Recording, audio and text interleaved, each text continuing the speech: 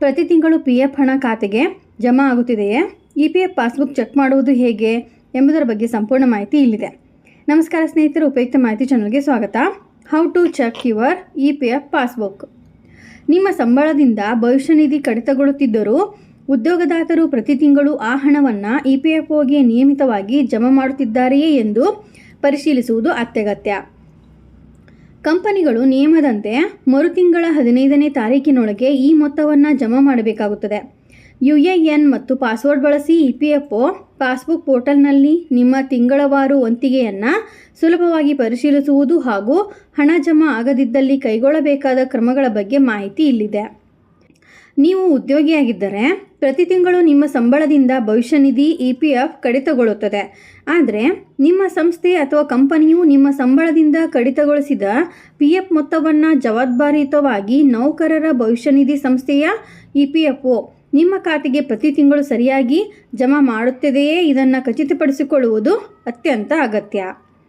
ಅನೇಕ ಬಾರಿ ಸಂಬಳದ ಚೀಟಿಯಲ್ಲಿ PF ಕಡಿತ ತೋರಿಸಿದರೂ ಕಂಪನಿಗಳು PFOಗೆ ಜಮಾ ಮಾಡಲು ವಿಳಂಬ ಮಾಡಬಹುದು ಅಥವಾ ಜಮಾ ಮಾಡದೆ ತಪ್ಪಿಸಬಹುದು. ಇದನ್ನು ತಡೆಯಲು ನೌಕರರು ಕಾಲಕಾಲಕ್ಕೆ ತಮ್ಮ EPF ಪಾಸ್ಬುಕ್ ಪರಿಶೀಲಿಸುತ್ತಿರಬೇಕು. ಉದ್ಯೋಗದಾತರು PF ಜಮಾ ಮಾಡಲು ಇರುವ ಅಂತಿಮ ಗಡುವು ಏನು? ನಿಯಮಗಳ ಪ್ರಕಾರ ಉದ್ಯೋಗದಾತರು ಉದ್ಯೋಗಿಯ ಪ್ರತಿ ತಿಂಗಳ PF ವಂತಿಗೆಯನ್ನು ಮರು ತಿಂಗಳ 15ನೇ ತಾರೀಕಿನೊಳಗೆ EPFOಗೆ ಜಮಾ ಮಾಡುವುದು ಕಡ್ಡಾಯವಾಗಿದೆ. ಉದಾಹರಣೆಗೆ, ಆಗಸ್ಟ್ ತಿಂಗಳ ಸಂಬಳದಲ್ಲಿ ಕಡಿತಗೊಳಿಸಿದ PF ಹಣವನ್ನು ಕಂಪನಿಯು ಸೆಪ್ಟೆಂಬರ್ 15ರೊಳಗೆ EPFO ಖಾತೆಗೆ ಜಮಾ ಮಾಡಬೇಕಾಗುತ್ತದೆ.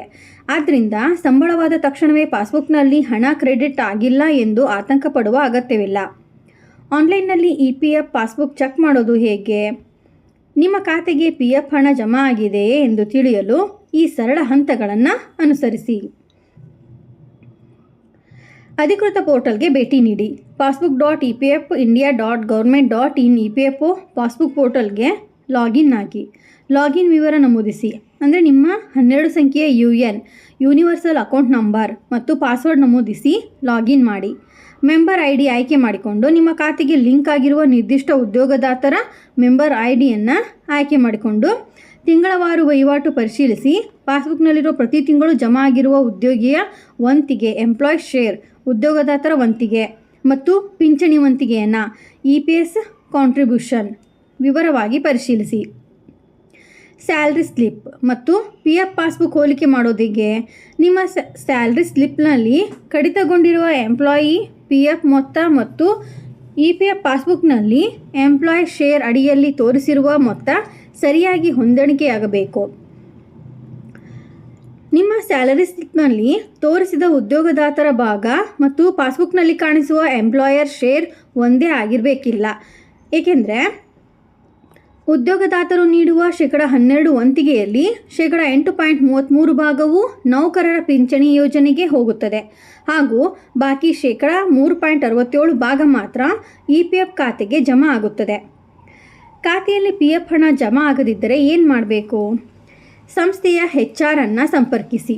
ನಿಗದಿತ ಸಮಯ ಕಳೆದರೂ ಹಣ ಜಮಾ ಆಗದಿದ್ದರೆ ಮೊದಲು ನಿಮ್ಮ ಕಂಪನಿಯ HR ಅಥವಾ ಅಕೌಂಟ್ಸ್ ವಿಭಾಗವನ್ನು ಸಂಪರ್ಕಿಸಿ. ಕಂಪನಿಯು ECR electronic challan come return file ಮಾಡಿದೆ ಎಂಬುದನ್ನು ಸ್ಪಷ್ಟಪಡಿಸಿಕೊಳ್ಳಿ. EPFO ಪೋರ್ಟಲ್ನಲ್ಲಿ ದೂರು ನೀಡಿ. HR ವಿಭಾಗದಿಂದ ಸೂಕ್ತ ಸ್ಪಂದನೆ ಸಿಗದಿದ್ದರೆ EPFOನ ಅಧಿಕೃತ ದೂರು ಪರಿಹಾರ ಪೋರ್ಟಲ್ EPFIGMS ಮೂಲಕ UAN ಬಳಸಿ ಆನ್ಲೈನ್ನಲ್ಲಿ ದೂರು ದಾಖಲಿಸಬಹುದು. ಪ್ರತಿ 2 ರಿಂದ 3 ತಿಂಗಳಿಗೊಮ್ಮೆ EPF ಪಾಸ್ಬುಕ್ ಪರಿಶೀಲಿಸುವುದರಿಂದ ನಿಮ್ಮ ನಿವೃತ್ತಿ ಉಳಿತಾಯದ ಸರಿಯಾದ ಮಾಹಿತಿ ಸಿಗುತ್ತದೆ ಮತ್ತು ಯಾವುದೇ ಅಕ್ರಮಗಳು ನಡೆಯದಂತೆ ಮುನ್ನೆಚ್ಚರಿಕೆ ವಹಿಸಬಹುದು. ಇದೇ ರೀತಿ ಮಾಹಿತಿಗಾಗಿ ನಮ್ಮ ಚಾನಲನ್ನು ಸಬ್ಸ್ಕ್ರೈಬ್ ಆಗಿ ಮತ್ತು ಶೇರ್ ಮಾಡಿ. ಧನ್ಯವಾದಗಳು.